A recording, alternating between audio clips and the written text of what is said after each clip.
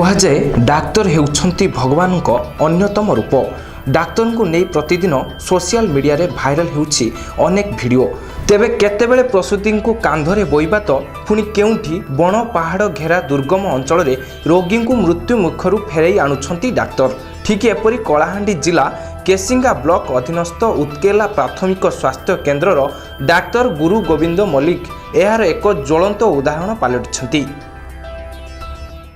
तो मो duty time रे आसी मो जते समय ड्यूटी अछि करूछि बाकी टाइम जदी केतले सीएच रे केतले पढछि रेपुटेशन पढछि बीएचएस रे रेपुटेशन पढछि कि मन ट्रेनिंग प्रोग्राम किछि अछि आज्ञा से समय तो मते सेवडा को भी अटेंड करे पड़िबो सियर सर सिस्टम को ये रे जाउछि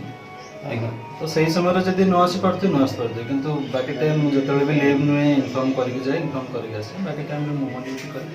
जणा है सेटा काम हे जिवो आस्ते आस्ते कौन समर्सब ना कौन लगी तम इलेक्ट्रिफिकेशन तो है तापर टॉयलेट भी भांगी भांगी पड़ी आटा बर्तमान भी कंप्लीट है हैंड ओवर कराई कि नहीं हो जना बेस एका तमाने सब रेगुलर आराम रे आउछंती समस्त एटा होची आ रोगी मान को ठीक सेवा चली तो आम हिसाब रे अन्य माने जो माने कहउछंती से माने तांगर अगेंस्ट कहउथे पारे कोन गुडी कोन थई पारे तांगर किछि तमानकर किछि इंटेंशन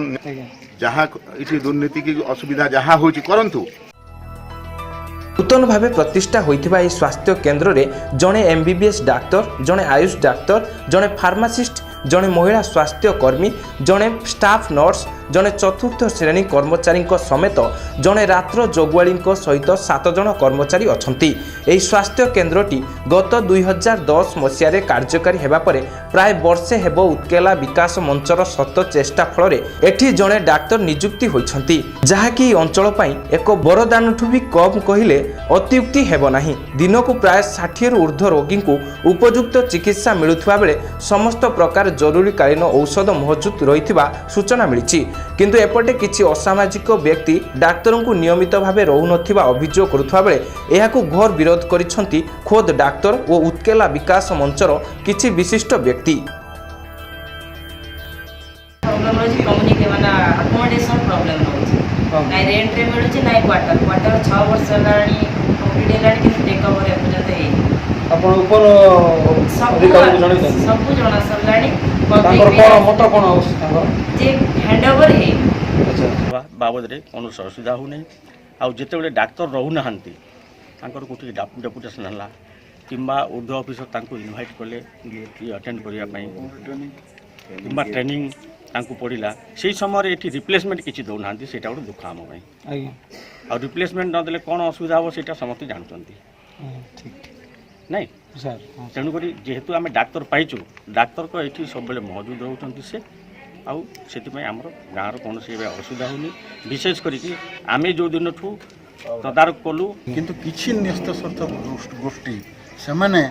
तांको स्वार्थ पाई जदि समूह स्वार्थ को जलांजलि देवे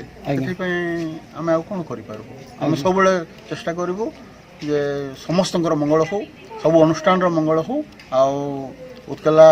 तथा उत्केला अंचल समस्त लोकंकर सुविधा हो ये चिंता करूँ एवं सेटा मध्य वर्तमान चली डाक्तरों प्रति जेमिति एही प्रकार अशालीन व्यवहार न हुए सेथिप्रति जिला प्रशासन तुरंत दृष्टि देबाकू ग्रामवासी दाबी करिसंती। कलाहांडी दिलेश्वर मिश्रଙ୍କ रिपोर्ट मेट्रो टीवी।